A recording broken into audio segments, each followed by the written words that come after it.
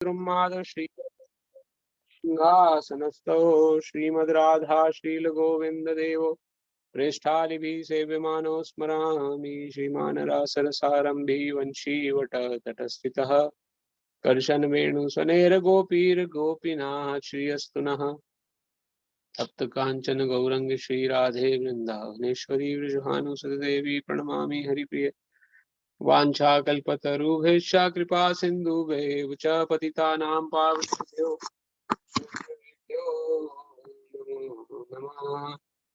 जय श्री कृष्ण चैतन्य प्रभु नित्यानंद श्री अद्वैत गदाधर श्रीवासादि गौर भक्त वृंदा।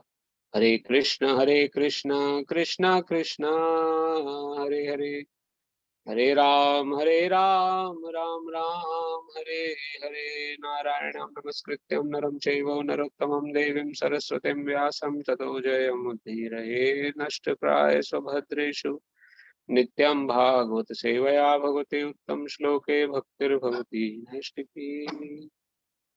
श्रीमद् भगवद गीता यथारूप की जय। भगवान की वाणी भगवद गीता की जय। आप सभी का भगवद गीता के सत्र में पुनः स्वागत है। हम लोग अध्याय 4 के 14वें सत्र में हैं, जिसमें हम अभी तक भगवान कृष्ण की जो अर्जुन के साथ वार्तालाप हो रहा है उसमें किस प्रकार से भगवान अर्जुन को गुरु रूप में समझा रहे हैं और अर्जुन उनसे शिक्षा ग्रहण कर रहा है। हम लोग उसको समझते आ रहे हैं। अलग अलग विषयों पर अभी तक बात हो चुकी है। शुरुआत में भगवान ने शुरुआत करी आत्म तत्व से कि वास्तव में हमारा स्वरूप क्या है। उसको जब हम समझ लेते हैं तो संसार में आने वाले कोई भी कष्ट या कोई भी समस्याएं जो होती हैं हमें उनका असर कम दिखने लगता है। जब तक हम इस बात को नहीं समझ पाएंगे आत्म तत्व को, तब तक हमें बड़ी भयानक सी स्थिति दिखती है हमारे चारों तरफ। पता नहीं क्या हो जाए, कब हमारे साथ, कुछ पता नहीं। लेकिन जब व्यक्ति या मनुष्य जीव अपने आत्म तत्व को समझ लेता है, वो जान लेता है कि वास्तव में मैं तो आत्मा हूँ, इस शरीर मैंने धारण किया है कुछ समय के लिए, इसका नष्ट होना स्वाभाविक है, इसको मुझे भगवान की सेवा में लगाना है। अंततोगत्वा तो नष्ट होना ही है, लेकिन नष्ट होने से पहले क्यों ना हम ऐसा करें कि भगवान की सेवा में अपने को लगा सके। तो ये ज्ञान भगवान ने अर्जुन को दिया। अगर हमें ये ज्ञान नहीं समझ में आता है तो हमारे जीवन में जो उथल है या जो भी जो हमारे मन मानसिक क्लेश हैं उनका पूर्ण रूपेण समाधान नहीं हो सकता। शास्त्रों का मत है कि अपने अपने जीवन के क्लेशों को अगर हमें दूर करना है, कष्टों को दूर भगाना है, तो हमें कृष्ण की शरण में जाना पड़ेगा और कृष्ण का बताए हुए ज्ञान मार्ग पे चलना पड़ेगा। तो आत्म तत्व से भगवान ने प्रारंभ किया। उसके बाद भगवान ने अर्जुन को बोला कि जब तुम समझ जाओ कि आत्म तत्व तुम्हारा स्वरूप आत्म तत्व है, तब तुम्हें काम क्या करना है। फिर जब जान लोगे फिर क्या करना है, फिर हमें अकर्म करना है। बस अकर्म अर्थात जब तक हम उस ज्ञान को नहीं समझते हैं तब तक हम विकर्म करते रहते हैं। और विकर्म करने से क्या होता है कि उसके रिएक्शन लगते रहते हैं, और रिएक्शन लगने से क्या होता है कि हमारे जीवन में कष्ट आते रहते हैं। या तो अच्छा काम करेंगे, किसी की भलाई कर देंगे, किसी जानवर को खाना खिला देंगे, पाल लेंगे, उसको प्रोटेक्शन कर देंगे, कोई भी अच्छा सत्वगुणी रजोगुणी काम जो भी है उसका रिएक्शन हमें लेना पड़ेगा। हमें उसमें उस अच्छे का फल भी अच्छा होता है तो अच्छा फल भोगना पड़ेगा, हमें कुछ हमें भोगने के लिए मिला जाएगा। और बुरा कर्म करेंगे तो बुरे का फल तो भोगना ही पड़ता है। तो ये जब हम कर्म की भाषा समझ लेते हैं, जब हम समझ जाते हैं कि अब हम जब हमें ज्ञान हो गया कि मेरा वास्तव में स्वरूप क्या है, कि मैं आत्म तत्व हूँ। आत्म तत्व के बाद मुझे क्या करना है, अकर्म करना है। अकर्म करने से क्या होगा, अकर्म करने से भगवान कृष्ण कहते हैं कि आपके रिएक्शंस लगने बंद हो जाएंगे। जो रिएक्शन हमारे जीवन में जितने भी कष्ट आ रहे हैं संसार में, वो कष्ट हमारे कर्मों का कारण ही है। शास्त्र बोलता है कि हमें अपने कर्मों का ही फल देखना पड़ता है। अपने किए हुए कर्म किसी न किसी रूप में कई बार कोई ऐसी स्थिति होती है जिसमें कि विगत हमारी दैविक इच्छा या घटना घट जाती है, लेकिन ज़्यादातर हमें कर्मों का फल ही भोगना है। और अगर हम इस कर्मों के चक्रव्यूह से बच जाते हैं, तो हमें निश्चित रूप से भगवान की प्राप्ति हो सकती है। ये एक और बात भगवान ने बताई कि जो अकर्म करता है वह बुद्धिमान है और वो अंततोगत्वा वैकुंठ या भगवान को प्राप्त कर लेता है। भगवान ने वहां पर ये भी बताया कि ऐसे भूतकाल में बहुत से व्यक्ति हो चुके हैं जिन्होंने अकर्म करके बुद्धिमत्ता से भगवान को प्राप्त किया। ये भी भगवान ने, हमने पढ़ा चौथे अध्याय में बताया था। तो आज हम उसके आगे से पढ़ेंगे। तो यहाँ तक भगवान अभी चर्चा कर चुके हैं, हम लोग समझ चुके हैं कि हमें किस प्रकार से अपने जीवन को चैनलाइज करना है, कौन से कर्म को हमें प्राथमिकता देनी है, कौन से कर्म को हमें प्राथमिकता नहीं देनी, किस प्रकार से अपने जीवन में जो हमारे सतोगुण, रजोगुण और तमोगुण का प्रभाव है, इसके दर्शक बनना है, इसको हमें विजुलाइज करना है। कैसे हम लोग दिन भर में इन तीनों गुणों के अंदर ही घूमते रहते हैं। इन तीनों गुणों से पार जब कब निकलेंगे, जब हम कृष्ण के बताए हुए मार्ग पर चलेंगे। ठीक है जी, ये अब तक हम तो ये समझ चुके हैं। अब हम इसके आगे से समझेंगे आज क्या भगवान ने आगे वर्णन किया, लेकिन उससे पहले एक माला जप भगवान के नाम की, जिससे कि हम अपने मन को, चित्त को शुद्ध कर सकें।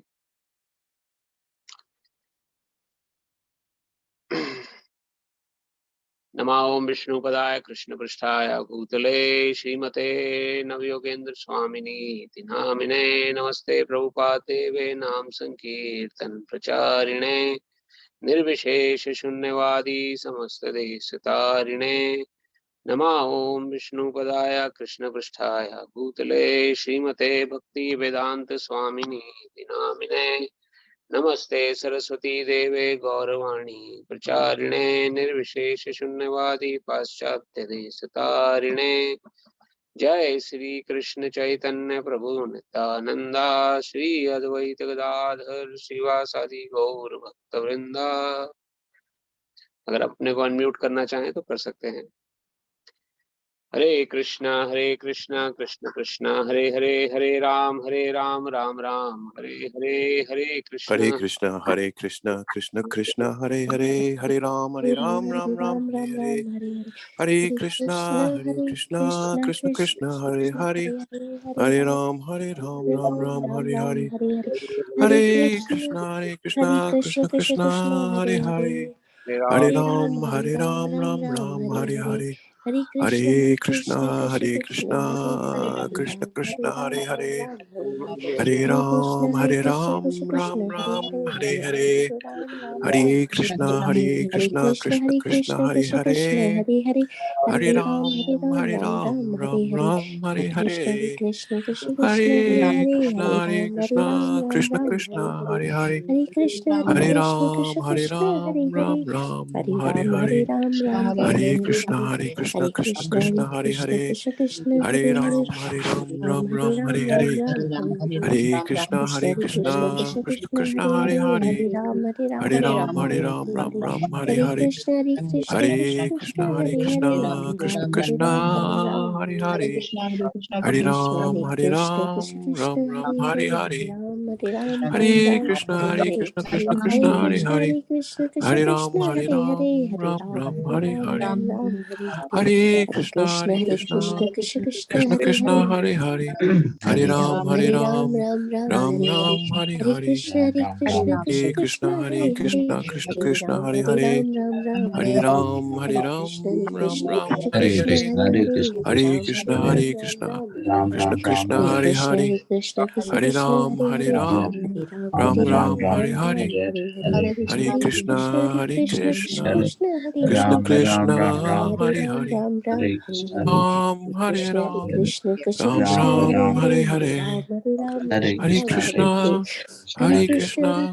कृष्ण कृष्ण हरे हरे, हरे राम राम हरे हरे, हरे Krishna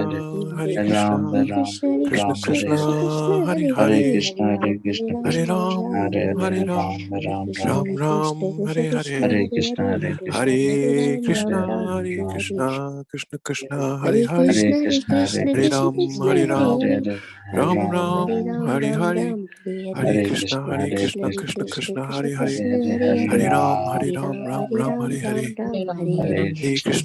Krishna Krishna, Krishna Krishna Hare Hare Hare Hare, Hare Hare Ram Ram, Hare Ram Ram Ram Hare Hare Hare Hare Krishna, Krishna Hare Hare Krishna, Krishna Hare Hare, Krishna Krishna Ram Hare Ram, Hare Hare Ram Hare Hare Krishna, Hare Ram Krishna, Ram Ram Hare Hare Hare Krishna Hare Krishna, Hare Hare Krishna Krishna Krishna, Krishna Hare Hare Hare Hare, Ram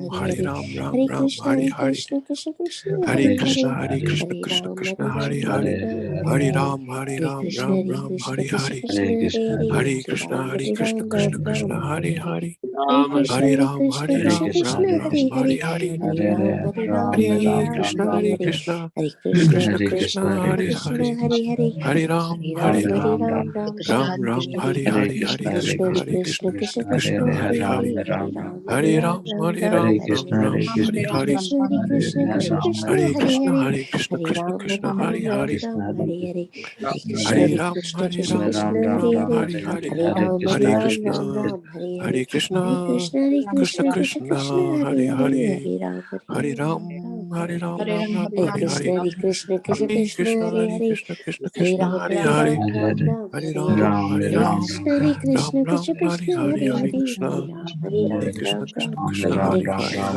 Hare Ram Ram, Hare Hare Ram Ram Krishna, Ram Hare Hare Krishna, Hare Hare Ram Hare Krishna Krishna Krishna Hare Hare Krishna, Hare Hare Ram Hare Hare Ram Ram Ram Ram Ram, Hare Hare Hare Krishna, Hare Hare Krishna, Hare Krishna Krishna Krishna Hare Hare Hare Ram Ram Ram Hare Hare Hare Krishna Krishna Krishna Hare Hare Hare Hare, Ram Hare Ram, Ram Hare Hare Hare Krishna Krishna Krishna Ram Hare Ram Hare Ram, Hare Hare Krishna, Ram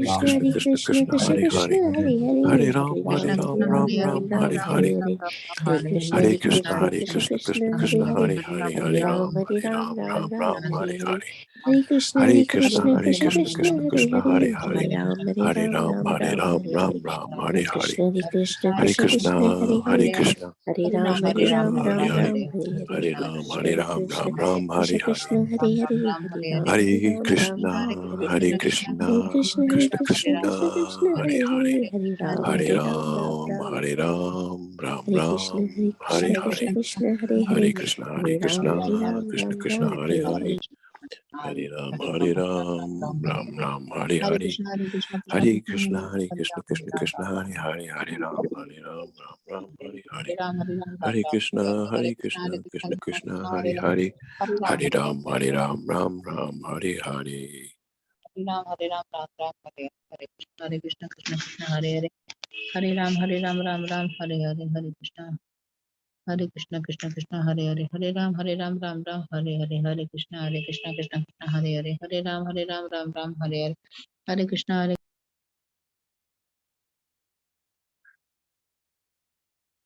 हरे कृष्णा। बहुत बहुत धन्यवाद सभी का। भगवान के शुद्ध नाम में और स्वयं भगवान कृष्ण में कोई अंतर नहीं है।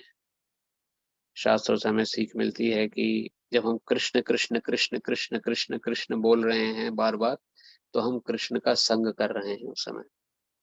तो स्वयं भगवान कृष्ण उपस्थित होते हैं जिस समय हम लोग भगवान के नाम का जप करते हैं। ये शास्त्रों की वाणी है।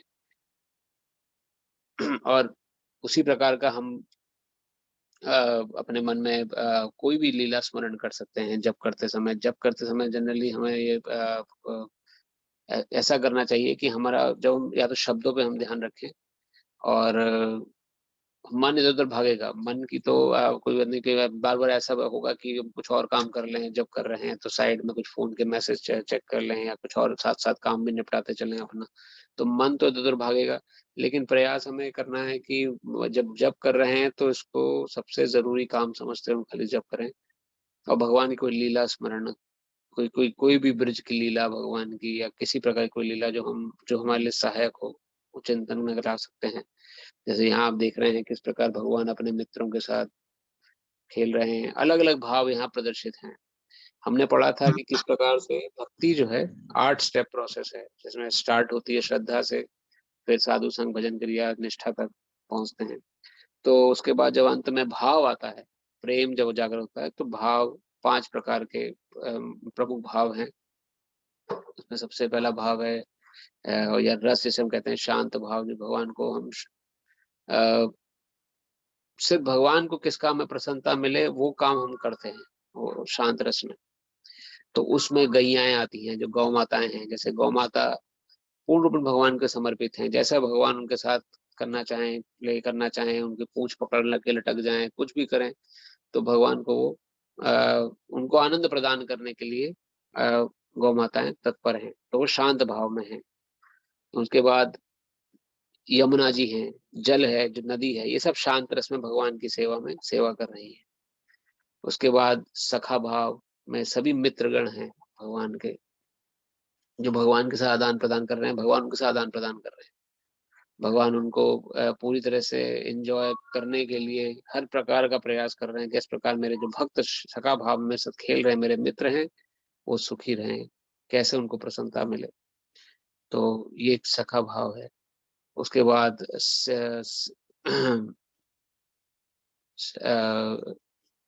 फिर आपका वात्सल्य प्रेम, वात्सल्य प्रेम में यशोदा माता और नंद बाबा, देवकी माता, वो वात्सल्य रस में भगवान कृष्ण का को प्रेम अर्पित करते हैं माता पिता के रूप में। जिस प्रकार माता पिता अपने बच्चे को खेलता हुआ या कुछ काम करते हुए देख के प्रसन्न होते हैं, दूर बैठ के प्रसन्न देख रहे हैं कि बच्चा खूब एंजॉय कर रहा है, खेल रहा है, वैसे अब यहाँ देखें इस चित्र में किस प्रकार से नंद बाबा पीछे बैठे हैं, परिवार सहित अपने अपने पुत्र को खेलते हुए देख रहे हैं, एंजॉय कर रहे हैं, एंजॉय करते हुए।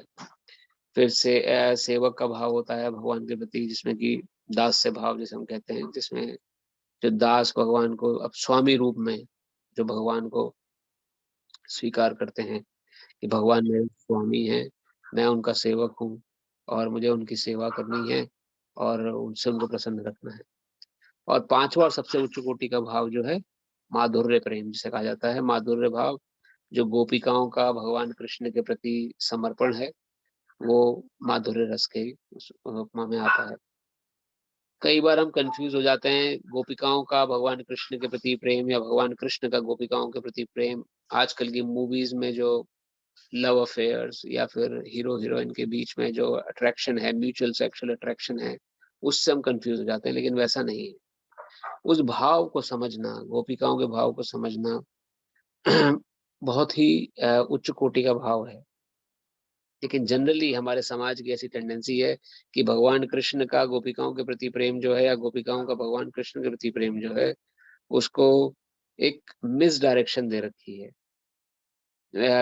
उसको ऐसा दिखाया गया कि जैसे नॉर्मल कोई लड़का लड़की आपस में इंटरेक्शन कर रहे हैं, या आपस में कोई अगर उनके बीच में लविंग अफेयर्स हैं, वैसा ही भगवान कृष्ण का शायद गोपिकाओं के बीच में अफेयर होगा। ऐसा नहीं है। बहुत सुंदर वर्णन है। अगर ऐसा होता, जैसे नाम तौर पे ये सब चीजें सामाजिक दृष्टिकोण से अच्छी नहीं समझी जाती। अब अगर कोई अब एक्स्ट्रा मैरिटल अफेयर्स रखते हैं, या कोई अगर कोई लड़का लड़की आपस में अगर कोई किसी प्रकार कोई अगर अफेयर में रखे हैं, तो उसको सामाजिक दृष्टिकोण से अच्छा नहीं समझा जाता। लेकिन भगवान कृष्ण का गोपिकाओं के प्रति जो प्रेम है, उसकी सराहना उच्च कोटि के वैष्णवों ने करी है। जैसे आप समझे कि बड़े बड़े वैष्णव सिद्ध, जैसे चैतन्य महाप्रभु स्वयं कृष्ण के रूप में भगवान जब आए चैतन्य महारूप में, वो श्रील रूप गोस्वामी, सनातन गोस्वामी और वेद व्यास जी, जितने उच्च कोटि के भक्त हुए, उन्होंने माधुर्य प्रेम को सर्वोपरि माना और उसकी उपासना करी है। तो अगर ये इतना निम्न कोटि का होता, जितना निम्न कोटि का सामाजिक दृष्टिकोण से हम समझते हैं, तो ये इतने बड़े बड़े जो वैष्णव सिद्धांत हुए, वो कभी से उच्च कोटि का नहीं समझते। तो उस माधुर्य प्रेम को समझने के लिए हमें अपना लेवल थोड़ा सा ऊपर उठाना पड़ेगा, अपने दृष्टिकोण को थोड़ा सा बदलना पड़ेगा, और वैष्णवों के सानिध्य में रह के भगवान के उस जुगल प्रेम को, जो कि राधा रानी या गोपिकाओं के साथ भगवान का सब जो सानिध्य है या प्रेम है, उसको हमें समझना पड़ेगा। शास्त्रों में एक वाणी और भी आती है, एकलो अव कृष्ण अन्य सभी भृत्य। सिर्फ कृष्ण ही एकमात्र स्वामी हैं सबके, बाकी सब उनके सेवक हैं और कृष्ण से ही सभी उत्पन्न है। ये शास्त्रों वर्णन है। जब मैं शास्त्र बोलता हूँ तो जनरली उसमें कोटेशन श्रीमद् भागवत की होती है। हमारे जो शास्त्र हैं वो 4 वेद, 108 उपनिषद, 18 पुराण, 2 इतिहास जिसमें महाभारत और रामायण आती है, और श्रीमद् भागवतम जो कि पंचम वेद भी कई बार कहा जाता है, लेकिन श्रीमद् भागवतम समस्त प्रकार के शास्त्रों का जो समरी है, जितने मैंने आपको भी शास्त्र बताए, 4 वेद, 108 उपनिषद, 18 पुराण, 2 इतिहास, इनकी समरी अगर कही जाए वो है श्रीमद् भागवतम। श्रीमद् भागवत, श्रीमद् भागवत जो आपने सुना होगा, 7 दिन का सप्ताह चलता है भागवत सप्ताह, कई लोग 7 दिन की कथा करते हैं। तो श्रीमद् भागवत संपूर्ण भगवान कृष्ण की लीलाएं हैं, संपूर्ण कृष्ण लीलाएं हैं। उसमें कृष्ण के भगवान, जैसे अभी हम भगवत गीता पढ़ रहे हैं, भगवत गीता और श्रीमद् भागवत में क्या अंतर है? भगवत गीता है रूल्स बुक, वो हमें भगवान ने कैसे जीवन जीना है, हमें कैसे जीवन जीना है, भगवान ने उसका दर्शन प्रस्तुत किया है अर्जुन को। भगवान की वाणी कही जाती है, भगवान ने क्या डायरेक्शंस दिए जीव को जीवन जीने के, वो भगवत गीता है। और श्रीमद् भागवत क्या है? श्रीमद् भागवत स्वयं भगवान की ही कथाएं हैं। भगवान के बारे में अगर किसी को जानना है, किसी को और डीपली समझना है कि कृष्ण कैसे काम करते हैं, कृष्ण क्या सोचते हैं, या भगवान किस प्रकार से सृष्टि उत्पन्न करते हैं, उसका जो अगर आपको इंटरेस्ट है जानने में, तो उसके लिए श्रीमद् भागवत पुस्तक है। श्रीमद् भागवत अगर हमें मौका मिला, भगवान की इच्छा हुई, कृपा हुई, तो हम लोग श्रीमद् भागवत कभी शुरू कर पाएंगे भगवत गीता के बाद। लेकिन एक हाई लेवल में आपको बता रहा हूँ कि श्रीमद् भागवत से बढ़कर कोई इतिहास या कोई साहित्य या कोई भी शास्त्र नहीं है भगवान के बारे में जानने के लिए।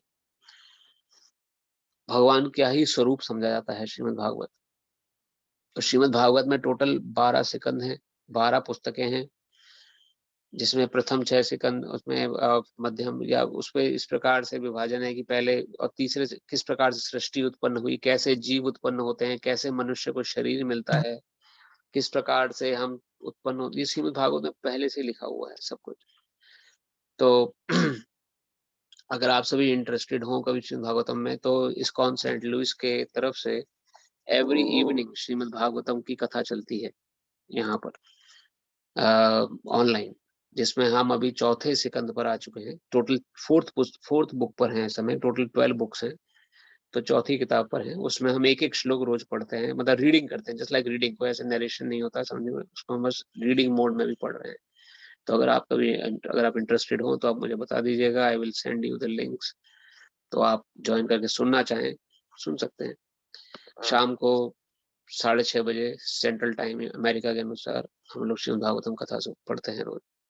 तो इंडिया में करीबन 5 बजे सुबह के होगा समय, राइट। तो हम लोग कथा को आगे बढ़ाते हैं। तो इस प्रकार से ये 5 प्रकार के भाव अगर हम उत्पन्न करें भगवान के प्रति, तो निश्चित रूप से हम भगवान को प्राप्त कर सकते हैं और अंततोगत्वा कृष्ण लोक में भी पदार्पण कर सकते हैं। लेकिन उसके लिए थोड़ा सा मेहनत करनी पड़ेगी। मेहनत किस उसमें है कि हमें अपने अपने जीवन की जो लाइफ स्टाइल है, उस लाइफ स्टाइल को भगवत गीता के अनुसार बनाना पड़ेगा।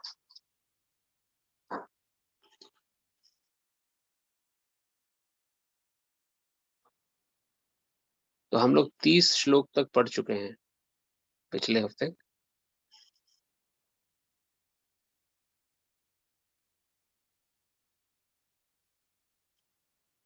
विभिन्न प्रकार के यज्ञों की चर्चा करी थी हमने, किस प्रकार के यज्ञ होते हैं, किसी को याद है कौन कौन से यज्ञ हमने चर्चा करे थे? कितने प्रकार के यज्ञों में मनुष्य लिप्त होता है?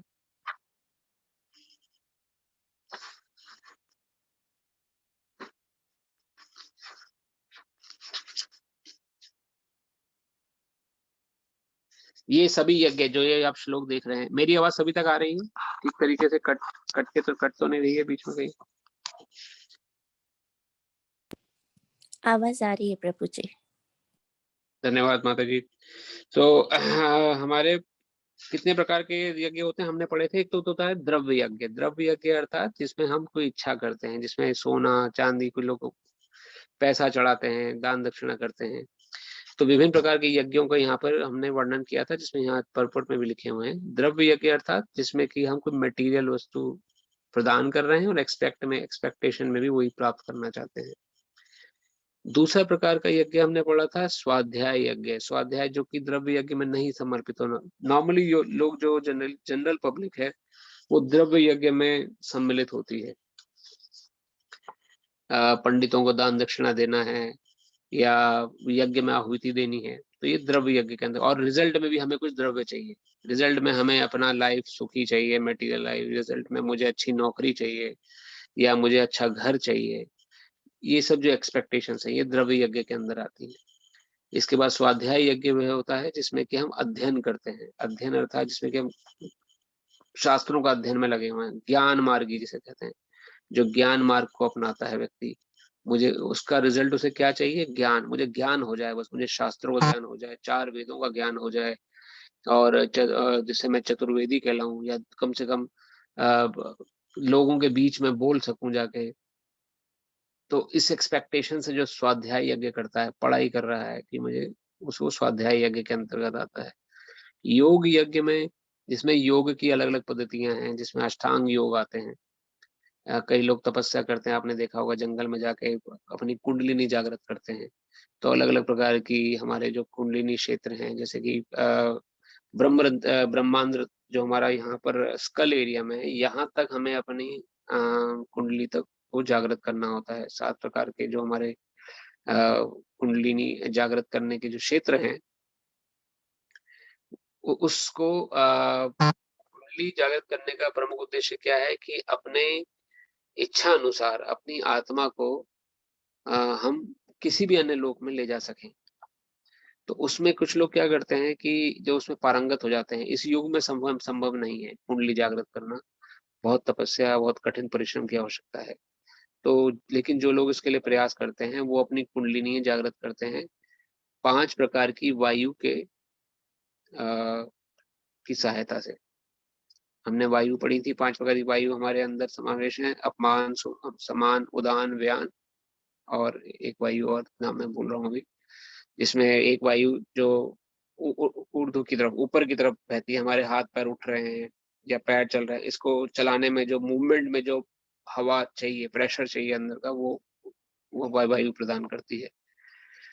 हमारे अंदर का सारा सिस्टम जो काम कर रहा है, जो सांस हम ऊपर नीचे ले रहे हैं, ये अपान वायु है। अधो वायु नीचे की तरफ जो निम्न जो हमारे जो ऑर्गन्स हैं उनको कार्यरत रखती है।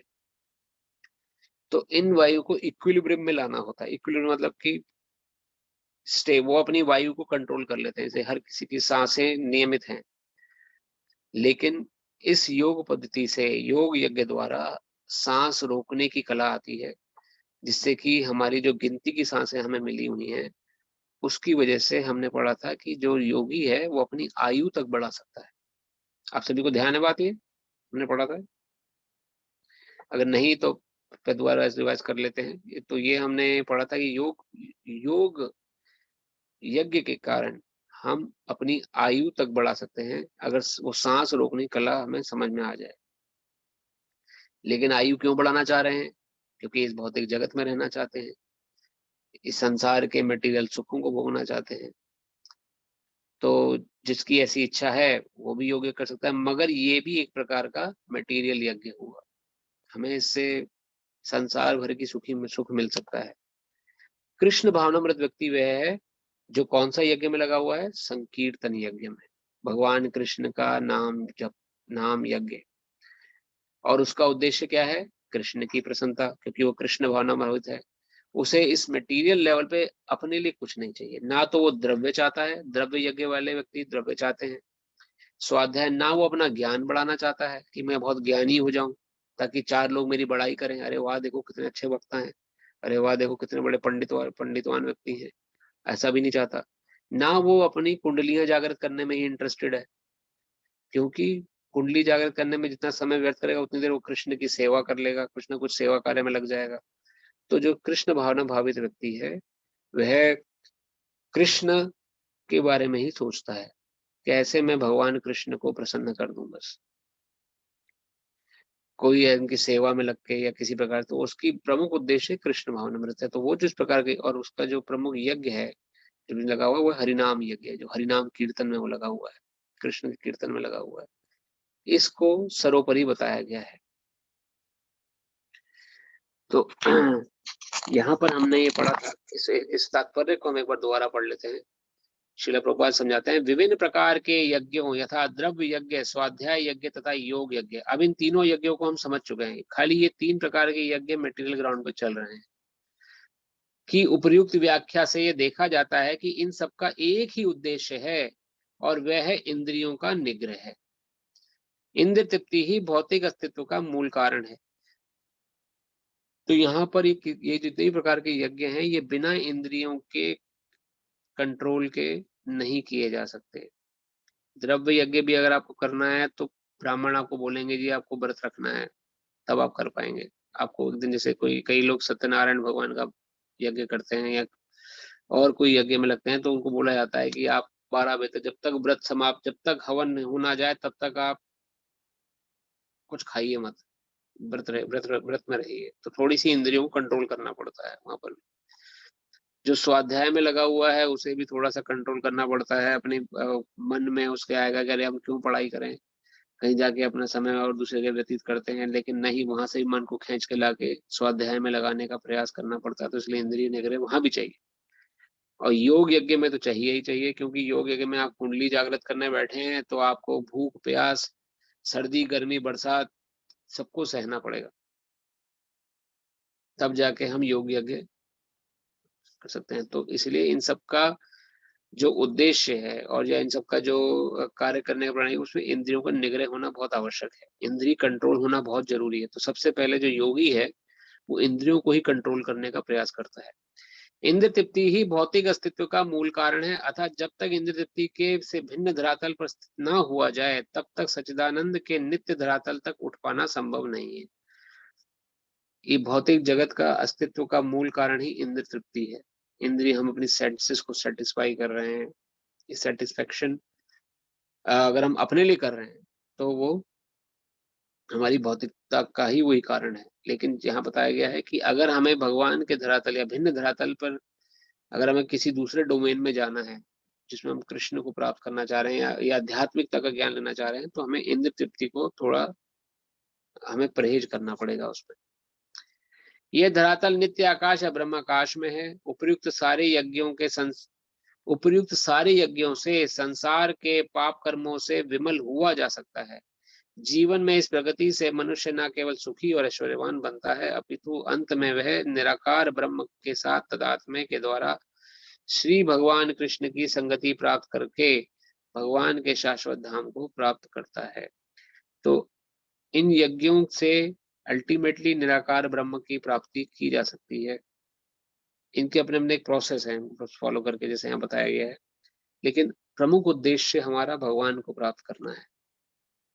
अब भगवान को अगर हम प्राप्त करने निकले हैं तो सबसे पहले तो श्रद्धा पे बात आती है कि वास्तव में भगवान है और हम उन्हें प्राप्त कर सकते हैं। ये विश्वास होना बहुत जरूरी है। पहले तो यही विश्वास लगाना बहुत जरूरी है कि भगवान है, उनका अपना घर है, उनकी एक पर्सनल लाइफ है, उस लाइफ में हम लोग भी शामिल हो सकते हैं अगर हम वैसा कार्य करें जैसा भगवान ने कहा है करने। तो इस विश्वास से जब आगे बढ़ते हैं तो हमें अपनी फिर क्या है, इंद्रियों को कंट्रोल थोड़ा करना पड़ेगा। इंद्रियां अपने जो हमारी इधर उधर भाग रही हैं अभी, कुछ भी खाना, कुछ भी किसी प्रकार के दृश्यों का सेवन करना, देखना, कुछ भी किसी की निंदा चुगली सुनना, किसी तरह का भी व्यंजन खा लेना बिना भगवान को अर्पित किए, ये सब चीजों का थोड़ा परहेज शास्त्रों में बताया गया है। फिर हमें इंद्रियों को हल्का सा कंट्रोल करना पड़ेगा। कंट्रोल जब करेंगे तब हमें अनुभूति होनी प्रारंभ होगी। और जब हमें अनुभूति होनी, जब हमें एक्सपीरियंस होना शुरू होगा, तब जाके हमारी श्रद्धा जो है निष्ठा में कन्वर्ट होगी। श्रद्धा निष्ठा में तभी कन्वर्ट हो सकती है जब जब आपको एक्सपीरियंस होने लगे कि जो मैं कर रहा हूं या कर रही हूँ सही है, मुझे रिजल्ट दिख रहे हैं। जब तक आपको रिजल्ट नहीं दिख रहा है, इसका मतलब कहीं ना कहीं कमी है। तब तक आपकी श्रद्धा जो है निष्ठा नहीं बन पाई। तो एक्सपीरियंस होने के लिए दृढ़ता से नियमों का पालन बहुत आवश्यक बताया जाता है। आध्यात्मिक जो अध्यात्म मार्गी है, जो अध्यात्म में अपना जीवन आगे बढ़ाने में इंटरेस्टेड है, जो नहीं है जैसे जीवन चल रहा है वो भी सही है, वो अपने तरफ से चलते रहे। अगर नहीं इस समय मौका लग रहा है कि हम लोग भगवान की कम से कम इस ज्ञान को अपने जीवन में धारण करें, जिससे कि जब भी मौका आए जीवन में तो हम इस ज्ञान का रेफरेंस लेके अपने जीवन को और सुदृढ़ बना सकें और अपने इंद्रिय निग्रह कर सकें। लेकिन अध्यात्म में अगर आगे बढ़ना है तो इंद्रियों को कंट्रोल करना पड़ेगा। अगर हम नहीं करते हैं तो आगे नहीं बढ़ सकते।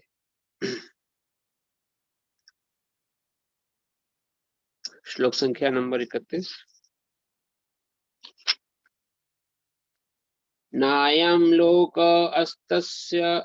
अस्तया यज्ञस्य कुतो अन्यः कुरुस्ततम्।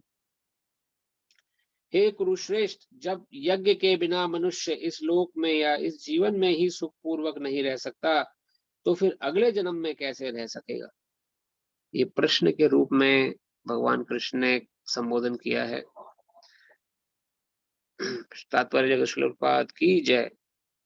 मनुष्य इस लोक में चाहे जिस रूप में रहे, वह अपने स्वरूप से अनभिज्ञ रहता है। दूसरे शब्दों में भौतिक जगत में हमारा अस्तित्व हमारे पापपूर्ण जीवन के बहुगुणित फलों के कारण है।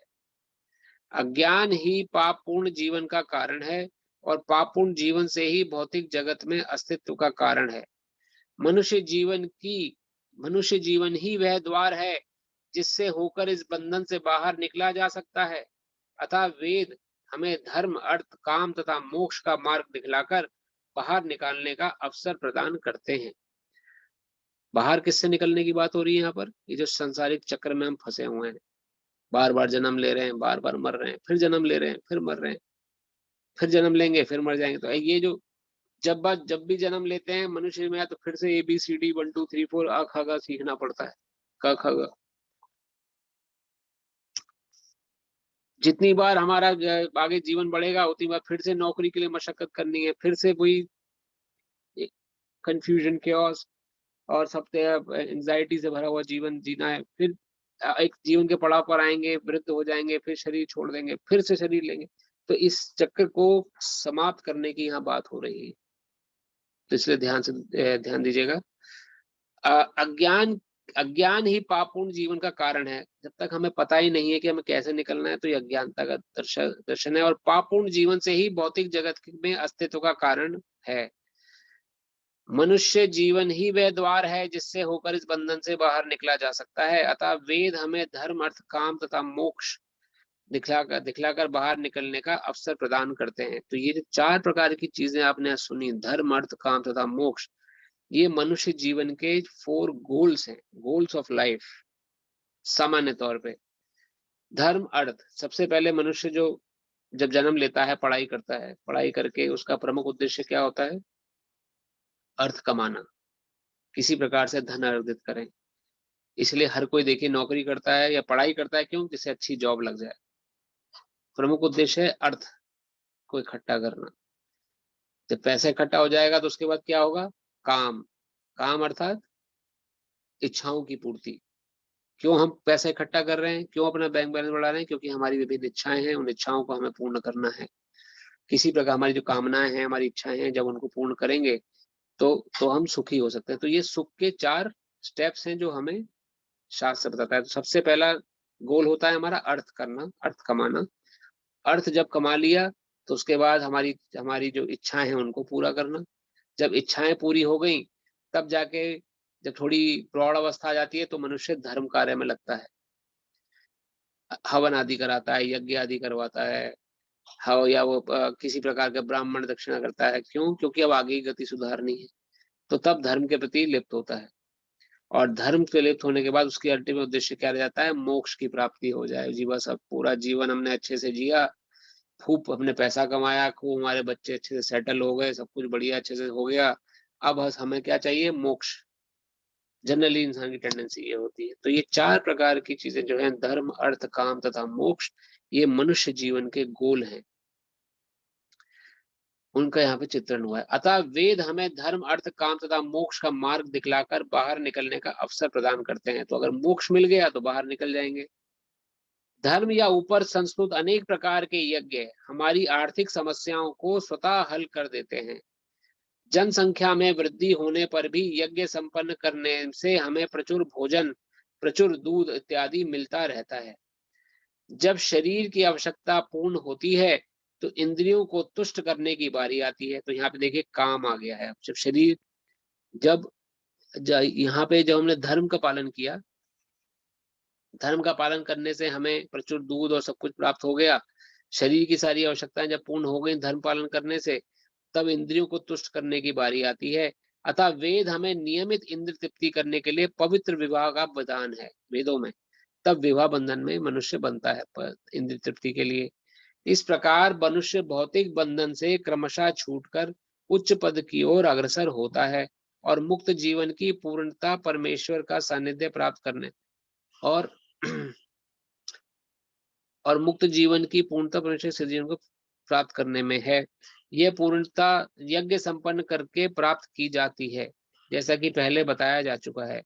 फिर भी यदि कोई व्यक्ति वेदों के अनुसार यज्ञ करने के लिए तत्पर नहीं होता तो वह शरीर में सुखी जीवन की कैसे आशा कर सकता है। फिर दूसरे लोक में दूसरे शरीर में सुखी जीवन की आशा तो व्यर्थ ही है।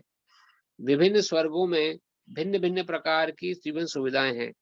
अब देखिए यहाँ वर्णन आ रहा है विभिन्न स्वर्गों, स्वर्ग एक ही नहीं है। इसके अनुसार अलग अलग सुख, जो आपने अच्छे कर्म करे, कहीं तो हमें जाना ही है शरीर छोड़ने के बाद। तो उसके बाद जो शास्त्र वर्णन करता है वो जो स्थान है वो स्वर्ग है। अगर हमने अच्छे कर्म करे तो हमें हेवनली प्लैनेट्स में जाना पड़ेगा, जिसमें कि ब्रह्मलोक, भूलोक, पितृलोक, जनलोक, तपलोक, स्वर्गलोक, अंत में ब्रह्मलोक तक की प्राप्ति होती है। तो 7 ऊपर के प्लैनेट जो हैं वो सुख के अनुसार, आपके कर्मों के अनुसार आपको वो डेस्टिनेशन प्रदान करी गई है। पृथ्वी के ऊपर 7 प्लैनेट्स हैं, पृथ्वी के नीचे 6 प्लैनेट्स हैं, टोटल 14 भुवन है। 14 भुवन कहते हैं। पृथ्वी के जो ऊपर के 7 प्लैनेट हैं उसमें सबसे पहले आता है भूलोक, फिर स्वर्गलोक, फिर जनलोक, तपलोक, पितृलोक, और आप अंत में 7वां जो प्लेनेट है वो है ब्रह्मलोक, ब्रह्मा जी का जहाँ पे स्थान है। तो जिस प्रकार का अच्छा कर्म आपने किया उस प्रकार का अच्छा लोक आपको प्राप्त हो जाएगा। और वहां पे जीवन की जो अवधि है हर लोक में कई लाख गुना ज्यादा है। जैसे ब्रह्मा जी का हमने सुना था पहले, आपको ध्यान रहा हो, ब्रह्मा जी का एक दिन जो होता है ब्रह्मा जी के लोक में, ब्रह्मा जी के लोक का एक दिन हमारे पृथ्वी के, यानी ब्रह्मा जी के लोक के जो 12 घंटे हैं हमारे पृथ्वी के 1000 चतुर्युग के बराबर है। 1000 चतुर्युग, एक चतुर्युग में सतयुग, त्रेता, द्वापर और कलयुग। अभी इस समय कलयुग चल रहा है। इस कलयुग की उम्र बताई गई है 4,32,000 साल, जिसमें हम अभी जी रहे हैं। 4,32,000 इस कलयुग की उम्र है। कलयुग से पहले आया था द्वापर युग, द्वापर युग से पहले की उम्र है मल्टीप्लाई बाय 2, 8,64,000 साल। द्वापर से पहले आया त्रेता युग, त्रेता युग की उम्र थी मल्टीप्लाई बाय 2, 16,132,000 ईयर्स। और और सबसे ऊपर था सतयुग, सतयुग की फिर मल्टीप्लाई बाय 2, 16 यानी 32 लाख समथिंग। तो ये 4 युगों का समूह जो है सतयुग, त्रेता, द्वापर, कलयुग, इन्हें कहते हैं 4 युग। ऐसे जब 1000 चतुर्युग, 1000 बार 4 युग निकल जाएं तब ब्रह्मा जी की प्लेनेट के 12 घंटे पूरे होते हैं, एक दिन के 12 घंटे। इतनी ही लंबी उनकी 12 घंटे की रात है। तब ब्रह्मा जी का एक दिन पूरा हो गया। ऐसे ब्रह्मलोक में 100 वर्ष का जीवन होता है। ब्रह्मलोक के हिसाब से 100 वर्ष का जीवन शास्त्र की वाणी है। तो कितनी लंबी आयु हो गई हम काउंट भी नहीं कर सकते, uncountable, it's next to infinite. लेकिन जब वो 100 वर्ष पूरे होते हैं तो मृत्यु वहां पर भी हो जाती है। मृत्यु पीछा नहीं छोड़ेगी। इतना लंबा जीवन होने के बाद भी एक दिन ऐसा आता है कि शरीर छोड़ना पड़ता है। इसलिए ब्रह्मलोक भी दुखों की कैटेगरी में है। भले ही हमें ब्रह्मलोक क्यों ना प्राप्त हो जाए, हम वहां भी क्लेम नहीं कर सकते इतनी लंबी आयु होने के बाद भी कि मैं बहुत सुखी हूं, क्योंकि वो भी मटेरियल एक प्लेनेट है। सुख कहां पर है? वैकुंठ में। ब्रह्मलोक से आगे फिर वैकुंठ जगत है, जो इटर्नल जगत जिसको बताया गया है श्रीमद् भागवत में, जहां पर इटर्निटी तक लाइफ है, देयर इज नो एंड। क्यों? क्योंकि वहां कुंठ नहीं है, किसी प्रकार की ईर्ष्या नहीं है, द्वेष नहीं है। तो वैकुंठ जगत में की प्राप्ति को मोक्ष प्राप्ति कहा जाता है। मोक्ष, जैसे यहाँ पर चौथा वर्ड आप सुन रहे हैं, यहाँ पर मोक्ष प्राप्ति करना अर्थात बार बार जन्म मृत्यु के चक्कर से निकलना। जो बुद्धिमान व्यक्ति है वो एक बार तो प्रयास करेगा कि अगर ऐसा है सच में, तो मैं शास्त्रों के अनुसार जीवन जीऊंगा, मैं देखता हूँ जीवन जी के कि क्या होता है। मरने के बाद तो वैसे भी हमें नहीं पता है क्या है, लेकिन शास्त्रों में जो वाणी लिखी है, शास्त्र की बातें अभी तक झूठ नहीं हुई है। इतने सालों से शास्त्र हैं, किसी ने आज तक ये क्लेम नहीं करा कि ये श्लोक, ये पंक्ति गलत है। कितने मनीषी लोग आ चुके, हम इस पे चर्चा कर चुके हैं पहले भी। तो अगर हम एक बार, तो हमें मनुष्य शरीर मिला है, तो हमें प्रयास करना है कि हम, अगर वास्तव में हम लोग उस स्थान पर जा सकते हैं, तो हमें जरूर उसके लिए प्रयास करें। और उसके लिए क्या बस भगवान मांग कर रहे हैं? कृष्ण भावनामृत में रहें, कीर्तन करें, कुछ छोड़ने की आवश्यकता नहीं है। बस क्या छोड़ना है? दूसरे की निंदा चुगली छोड़नी है। और क्या छोड़ना है? मीट मांस मच्छी अंडा, जो आप किसी जीव हत्या को करना छोड़ना है। और क्या छोड़ना है? दूसरे से ईर्ष्या करनी छोड़ देनी है। और क्या करना क्या है? क्या जोड़ना क्या है? हरि नाम जोड़ना है बस अपने जीवन से। हरे कृष्णा कृष्ण कृष्णा हरे हरे, हरे राम राम राम हरे हरे। बस इतना आप कर लें। इतना करने से भगवान के धाम की प्राप्ति हो सकती है। कुछ एडिशनल नहीं करना, कुछ छोड़ना नहीं है, कुछ एडिशनल, ये बुराइयों को बस हमें त्यागना है। तो जिस व्यक्ति समझदार है वो एक बार तो प्रयास जरूर करेगा। तो यहाँ वही वर्णन आ रहा है कि अतः वेदों के नियमित निवृत्ति के लिए पवित्र विवाह विधान है। इस प्रकार से ये हम पढ़ चुके हैं। फिर भी यदि कोई व्यक्ति वेदों के अनुसार यज्ञ करने के लिए तत्पर नहीं होता, तो वह शरीर में सुखी जीवन कैसे आशा कर सकता है? तो वेद वेद के यज्ञ जो हमने पहले भी यज्ञ पढ़े, 3 प्रकार के यज्ञ, उनमें से कोई भी यज्ञ जो नहीं करता, ना द्रव्य यज्ञ करता है, ना स्वाध्याय यज्ञ करता है, ना योग यज्ञ करता है, ना ही संकीर्तन यज्ञ में लिप्त होता है, सिर्फ अपने इच्छा अनुसार जीवन जी रहा है, जो मन में आया खा लिया, जो मन में किसी को परेशान कर दिया, किसी को किसी के घर में जबरदस्ती घुस के लूटपाट मचा दी या कुछ भी कर दिया, अगर जैसे जो अपने अनुसार मन मुताबिक जीवन जी रहा है, वो द्विपदा पशु के समान है। फिर अगर जो वेदों का, वो इस जीवन में भगवान क्या करें कि वो इसी जीवन में सुख की आशा नहीं कर सकता। कैसे वो इस जीवन में सुख की जीवन की आशा कर सकता है? फिर दूसरे लोकों में, दूसरे शरीर में सुखी जीवन की आशा तो व्यर्थ ही है, फिर तो उसके लिए व्यर्थ है बात करनी। जब इसी जीवन में वो सुखी नहीं है, क्लेशों से घिर गया, तो आगे तो पता नहीं उसके जीवन में क्या क्या होने वाला है। अभी हम देख रहे हैं कितना लोग, जो मॉब एक्टिविटी होती है या हुई है अभी बांग्लादेश में भी, आपने न्यूज सुनी होगी, या कितने, हमें लगता है कि हम लोग बच जाएंगे ये सब करके। प्रकृति के नियम जो हैं बहुत कठोर हैं।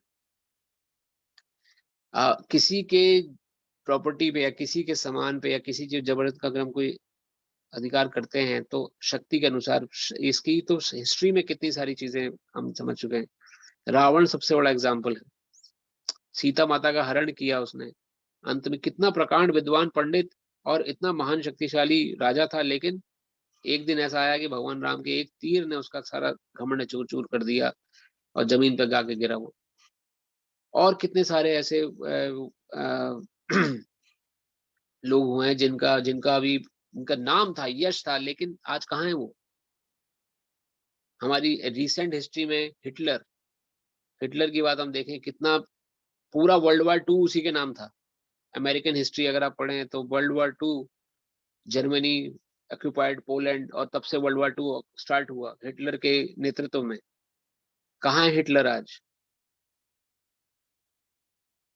तो जो लोग सोचते हैं कि हम किसी पे अत्यधिक अत्याचार करके या उस पे अत्याचार करके उसकी प्रॉपर्टी अपना लेंगे या उसको मार देंगे या उसके साथ कुछ भी गलत काम कर देंगे और हम बच जाएंगे, नॉट पॉसिबल। प्रकृति के नियम बहुत, यहाँ भगवान साक्षात बोल रहे हैं कैसे वो सुखी रह सकता है जिसने कि दूसरों के जो कि अपने जो कि अनुसार अपने इंद्र तृप्ति को कंट्रोल नहीं कर रहा है। किंतु सर्वश्रेष्ठ सुख वह है जिसे मनुष्य कृष्ण भावनामृत के अभ्यास द्वारा वैकुंठ जाकर प्राप्त करता है। तो यहाँ पर इसके भी वर्णन मिल रहा है कि सबसे बड़ा सुख क्या है, कृष्ण भावनामृत के अध्ययन द्वारा वैकुंठ जाकर प्राप्त करना। अतः कृष्ण भावना भावित जीवन ही इस भौतिक जगत की समस्त समस्याओं का एकमात्र हल है। तो ये शास्त्र की वाणी आप यहाँ पढ़ रहे हैं। कृष्ण भावना भावित जीवन को अपनाना हमें पड़ेगा अगर हमें अपने समस्याओं को हल करना है। नहीं तो हमारे जीवन में जितने भी हम कार्य कर रहे हैं, अगर वो इंद्र तृप्ति के नेतृत्व में रह के कर रहे हैं तो हमें अंततः दुख प्रदान करेंगे। कोई इंद्र तृप्ति किसी लेवल पे करता है, कोई किसी लेवल पे करता है। जैसे हम लोग सब सभ्य व्यक्ति हैं, जो सभ्य नहीं है उसको, उसके लिए इंद्र तृप्ति का क्या समाधान है, किसी की प्रॉपर्टी को हथिया लेना। क्यों? क्योंकि मुझे अच्छी लग रही है वो प्रॉपर्टी, बस इसी कारण से उसने प्रॉपर्टी को हथिया लिया। किसी भी पर स्त्री या पर पुरुष के प्रति व्यभिचार की भावना रखना, क्यों? क्योंकि हम उसे अपना समझना चाहते हैं, भले ही हमारा उस पर अधिकार नहीं है। तो जबरन अधिकार अर्जित करना, ये इंद्रिय तृप्ति के अलग अलग श्रेणियां हैं। अपनी इंद्रियों को तुष्ट करने की अलग अलग श्रेणियां हैं। जब तक हम इन श्रेणियों में घिरे रहेंगे तब तक हमें दुख ही दुख मिलते रहेंगे। भगवत गीता के अनुसार कैसे बच सकते हैं? कृष्ण भावना भावित होकर, भगवान कृष्ण को अपनी भावनाओं में बसा के उनके लिए कार्य करके हम बच सकते हैं। श्लोक संख्या नंबर 32। एवं बहुविधा यज्ञा विदिता ब्रह्मणो मुखे कर्म जान विद्धि तान सर्वानेवं ज्ञात्वा विमुक्षसे। ये विभिन्न प्रकार के यज्ञ वेद सम्मत हैं और ये सभी विभिन्न प्रकार के कर्मों से उत्पन्न हैं। इन्हें इस रूप में जानने पर तुम मुक्त हो जाओगे। तात्पर्य श्रील प्रभुपाद की जय। जैसा कि पहले बताया जा चुका है, वेदों में कर्ता भेद के अनुसार विभिन्न प्रकार के यज्ञों का उल्लेख है। चूंकि लोग देहात्म बुद्धि में लीन हैं, देहात्म बुद्धि होती है मटेरियल माइंडेडनेस, यानी कि अपने को शरीर समझना, मैं शरीर हूं और मेरा शरीर जब समाप्त हो गया तो मैं भी समाप्त हो गया। ये भावना जिसके मन में होती है उसे देहात्म बुद्धि कहलाते हैं उसे। चूंकि लोग देहात्म बुद्धि में लीन हैं, अतः इन यज्ञों की व्यवस्था इस प्रकार की गई है कि मनुष्य उन्हें अपने शरीर मन तथा बुद्धि के अनुसार संपन्न कर सके। किंतु देह से मुक्त होने के लिए ही इन सब का विधान है। इसी की पुष्टि यहाँ पर भगवान ने अपने श्रीमुख से की है। तो जितने भी यज्ञ हैं ये वास्तव में इनका उद्देश्य तो ये ज्ञान कराना है कि मैं ये देह नहीं हूं।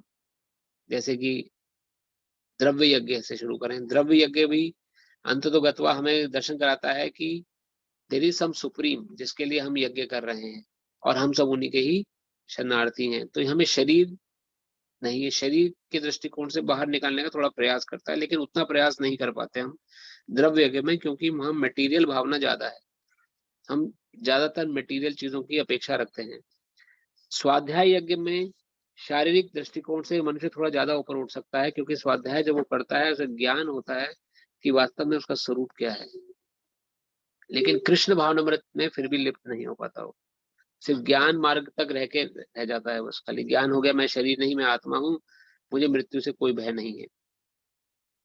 जो योग यज्ञ में लगा हुआ है, कुंडलिनी जागृत करने में लगा हुआ है, वो भी अपने को शरीर नहीं समझता है। वो भी जानता है कि मैं आत्मा हूं, मुझे अपनी कुंडलियां जागृत करके अपनी आत्मा को ब्रह्मांड तक यानी कि स्कल तक उठाना है और अपनी इच्छा अनुसार मृत्यु को प्राप्त करना है।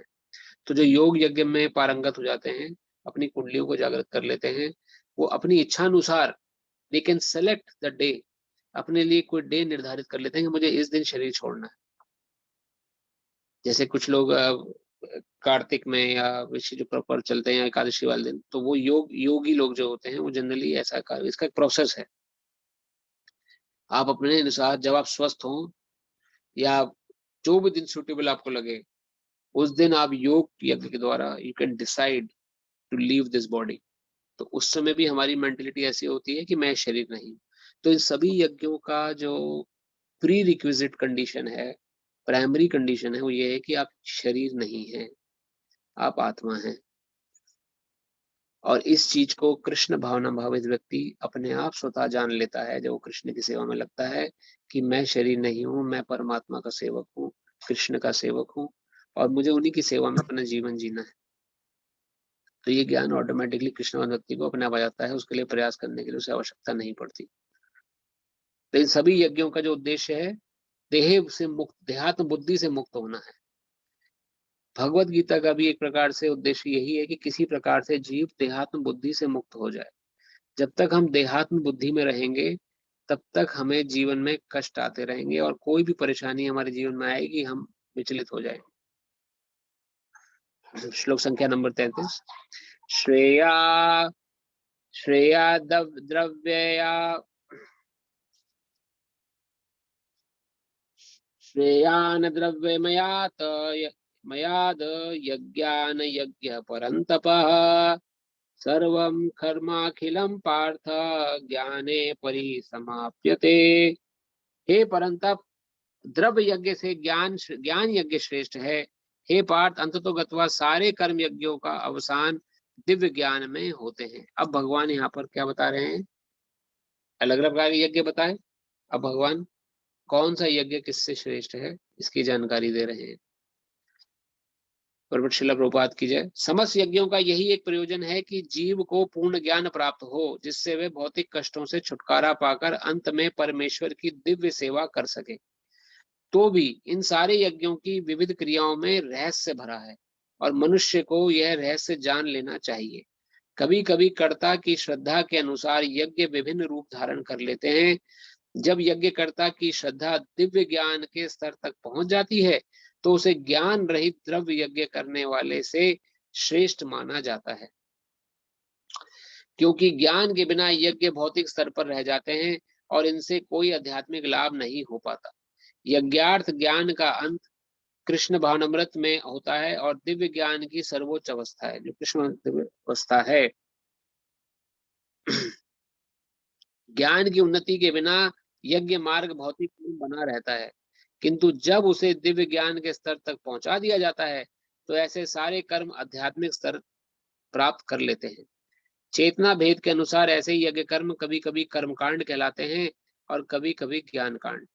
यज्ञ वही श्रेष्ठ है जिसका अंत ज्ञान में हो। तो यहाँ पर ये जो उद्देश्य वर्णन किया गया है, हमारा अल्टीमेट गोल क्या है सभी यज्ञों का, ज्ञान अर्जित करना। ज्ञान कैसा, आत्म तत्व का ज्ञान, मैं ये शरीर नहीं हूं। इस ज्ञान को अर्जित करने के लिए समस्त प्रकार के यज्ञ हैं।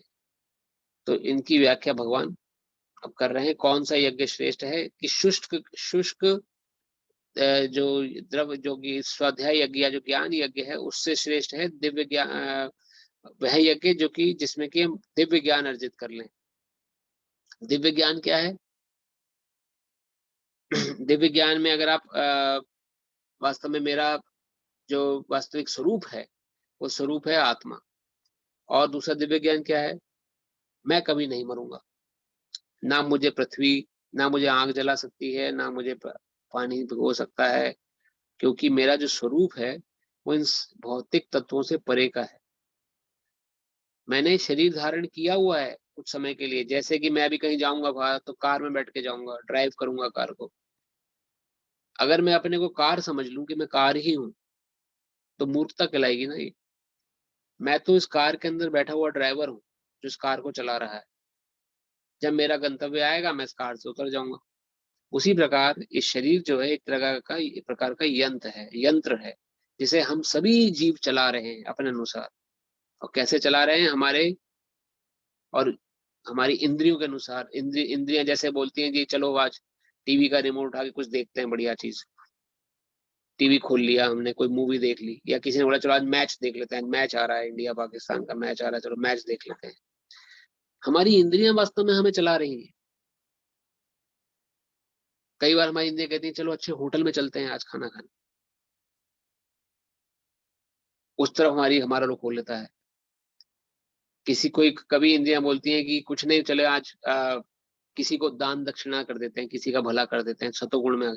तो तीन प्रकार के गुण जो हैं और हमारी इंद्रियां मिलके हमें डायरेक्शंस दे रही हैं 24 घंटा। चलो अब ये कर लेते हैं, चलो वो कर लेते हैं, चलो अब कुछ नहीं तो किसी को फोन पे बात ही कर लेते हैं। तो ये जो डायरेक्शंस हमें मिल रही हैं, जो हम जिसकी वजह से हम काम कर रहे हैं, ये सारे कार्य अलग अलग दृष्टिकोण से जब हम इन्हीं कार्यों के कारण जब हम वशीभूत होते हैं तो इंद्र तृप्ति में लगे हुए समझे जाते हैं कि हम इंद्रियों के अनुसार जीवन जी रहे हैं। जब व्यक्ति के पास अपॉर्चुनिटी है कि वो मूवी जाके देखे, या उसके पास अपॉर्चुनिटी है कि वो पब्स में जाए, या उसके पास अपॉर्चुनिटी है कि वो होटल में जाए या कहीं भी जाए, उस समय उस अपॉर्चुनिटी को नजरअंदाज करके जब वो अध्यात्म की तरफ जुड़ता है तो उस समय वो यज्ञ कर रहा होता है, क्योंकि उस समय उसे इंद्रिय निग्रह करना है। अभी जैसे आप सभी के पास अपॉर्चुनिटी थी, सैटरडे मॉर्निंग है, आप अपने 1000 काम छोड़ के इंपॉर्टेंट भगवत गीता सुनने आए। कितने सारे इंपॉर्टेंट काम होंगे आपके समय करने के लिए, लेकिन नहीं, मुझे 1 घंटा भगवत गीता सुननी है। Then we are doing the yagya right now, क्योंकि अभी आपने इंद्रियों को अपने वश में किया, कंट्रोल में करके हम भगवत गीता सुनने बैठ गए। बहुत सारे इंपॉर्टेंट काम और भी होंगे आपके पास जो भी आप करने के लिए होंगे, लेकिन इसको आपने प्राथमिकता दी। तो इसी प्रकार से जो जो योगी व्यक्ति है, जो कृष्णवान व्यक्ति है, उसके पास 1000 अपॉर्चुनिटीज करने के लिए, अलग अलग अपने इंद्रियों को तुष्ट करने के लिए, लेकिन उन सबको साइड में रख के वो कृष्ण को देखता है। बस कृष्ण आपको क्या चाहिए, मैं वो सेटिस्फाई करूंगा फिर। तो हमारे जितने भी यज्ञ हैं, जितने भी प्रकार इन सभी यज्ञों का प्रमुख उद्देश्य यही है, और अंततोगत्वा इन सबका उद्देश्य क्या है, दिव्य ज्ञान होना। तो ये जो बात है दिव्य ज्ञान, इसे कहा जाता है कि मैं वास्तव में स्वरूप मेरा आत्मा है और उन्हें कृष्ण की सेवा में लगना है। जब हम ये ज्ञान हम अर्जित कर लेते हैं तो हम इस श्रेष्ठ ज्ञान समझा गया है। जब कृष्ण की सेवा में लग गए, अपनी इंद्रियों की सेवा, इंद्रियों की सेवा करने के, नहीं तो आप देखिए, अगर आप कृष्ण की सेवा नहीं करेंगे तो ऑटोमेटिकली इंद्रियों की सेवा करनी पड़ेगी। कोई नहीं रोक सकता आपको, अगर हम कृष्ण की सेवा में नहीं लगेंगे। बिना किसी प्रयास के आपको इंद्रियों की सेवा करनी पड़ेगी। अगर हम जो आप करके आजमा के देख लीजिए कि कोई व्यक्ति है, उससे बोला जाए भी अब शाम को, आज शाम को अच्छा कीर्तन है, आप आएंगे कीर्तन में? अगर बोलता आऊंगा तो कीर्तन में, आज नहीं बोलता नहीं आऊंगा, तो शाम को या तो कहीं घूमने चला जाएगा या फिर कहीं और दूसरे एंजॉयमेंट करने चला जाएगा। बुरा नहीं है वो भी करना, लेकिन इस समय इंद्रियां नचा रही हैं उन्हें। जहां इंद्रिया इच्छा हुई वहां चले गए, जहां किसी ने कुछ लेकिन जिसका कोई जो आध्यात्मिकता से जुड़ना चाहता है, वो इंद्रियों को पे एक होल्ड लगाता है। जैसे कि अभी आपको ध्यान हो, हमने पहले एक चर्चा करी थी कि हमें किस प्रकार का व्यक्ति बनना है। We should be just like an umpire. जैसे क्रिकेट मैच आप सभी ने देखा होगा, इंडिया में बहुत फेमस है क्रिकेट मैच। उस क्रिकेट मैच में एक एम्पायर होता है। एम्पायर जो होता है वो डिसइंटरेस्टेड नहीं होता है मैच, मतलब उसको मैच में इंटरेस्ट तो है, पर वो एक अनइंटरेस्टेड, एक ऐसी भावना से मैच देखता है जैसे कि अनबायस्ड रूप में, जैसे कि उसको किसी प्रकार से किसी भी पक्ष में नहीं होता। वो कहते हैं ये निरपक्ष एक तरीके से होता है, जो कि किसी प्रकार का किसी भी टीम के साथ पक्ष नहीं लेगा वो, लेकिन अपना डिसीजन देगा। जैसे ही बॉलर बॉल करता है, बॉलर बॉल करते ही बैट्समैन के पैड पे बॉल लगती है तो वो बोलता है बॉलर आउट दैट, तो बॉलर की तरफ से अपील जाती है कि आउट है कि नहीं, लेकिन एम्पायर पूरा एनालिसिस करता है कि आउट है कि नहीं, पूरा दृष्टिकोण अपने मैच करता है, फिर जाके 1 उंगली या 2 उंगली दिखाता है। 2 उंगली नॉट आउट, 1 उंगली आउट। तो उसी प्रकार हमें अपना बनना है जीवन में एम्पायर। हमारे मन में 1000 तरह के विचार आ रहे हैं। We never know the source of our thoughts. हमारे थॉट्स जो हैं अनगिनत दिशाओं से हमें हमारी तरफ बढ़ रहे हैं। कोई थॉट हमें बोलता है let's go and out enjoy, कोई थॉट हमें बोलता है let's go and create disturbance in others life, कोई थॉट हमें बोलता है कि जाओ, जैसे किसी के घर में जाके जबरदस्ती कब्जा कर लो। कोई थॉट हमें बोलता है जाओ किसी की प्रॉपर्टी से उसको निकाल दो। ऐसे कई तरह के थॉट हम सभी के जीवन में आते हैं। इन थॉट्स को रोकने के लिए हमें एम्पायर की तरह से दृष्टिकोण है कि ये सही है कि नहीं। और उस अपील को, जो मन अपील दे रहा है या हमारी इंद्रियां अपील कर रही हैं, उस अपील को हमें दबाना है कि उसे स्वीकार देना है। वह एम्पायर की भावना हमारे अंदर होनी चाहिए। तो इन्हीं शब्दों के साथ आज हम कथा को यहीं विराम देते हैं। आपके मन में किसी प्रकार का कोई प्रश्न हो आज की कथा को लेके या किसी और प्रकार प्रश्न, तो 5 मिनट हम लोग उस पर चर्चा कर सकते हैं।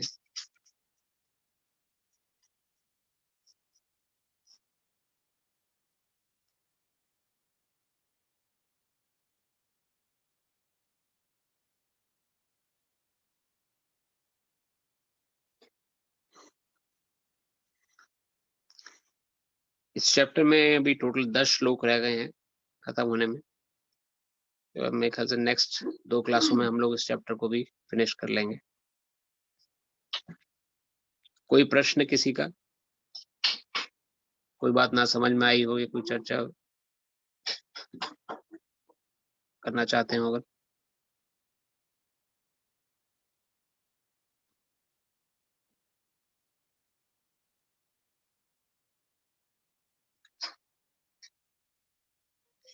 चलिए, कोई प्रश्न नहीं तो कथा को फिर हम यही विराम देते हैं। आशा करते हैं आप सभी को चर्चा हम कर रहे हैं वो समझ में आ रही होगी। नहीं तो आप प्रश्न वैसे भी लिख सकते हैं, व्हाट्सएप पे भी पूछ सकते हैं। और आगे जो हमारा जो अध्याय है वो और इंटरेस्टिंग हो जाएगा, क्योंकि हम 5वें और 6ठे अध्याय को जो हम समाप्त करेंगे तो हमारा एक खंड भगवत गीता का खत्म हो जाएगा। टोटल भगवत गीता 3 खंडों में विभाजित है। प्रथम 6 अध्याय, मध्यम 6 अध्याय और आखिरी के 6 अध्याय। प्रथम 6 अध्याय कर्मों की व्याख्या है, कर्म योग का सिद्धांत अभी हम पढ़ रहे हैं, किस प्रकार कर्म में लिप्त होना है, कैसे हमें आगे बढ़ना है। इन्हीं शब्दों के साथ आप सभी का बहुत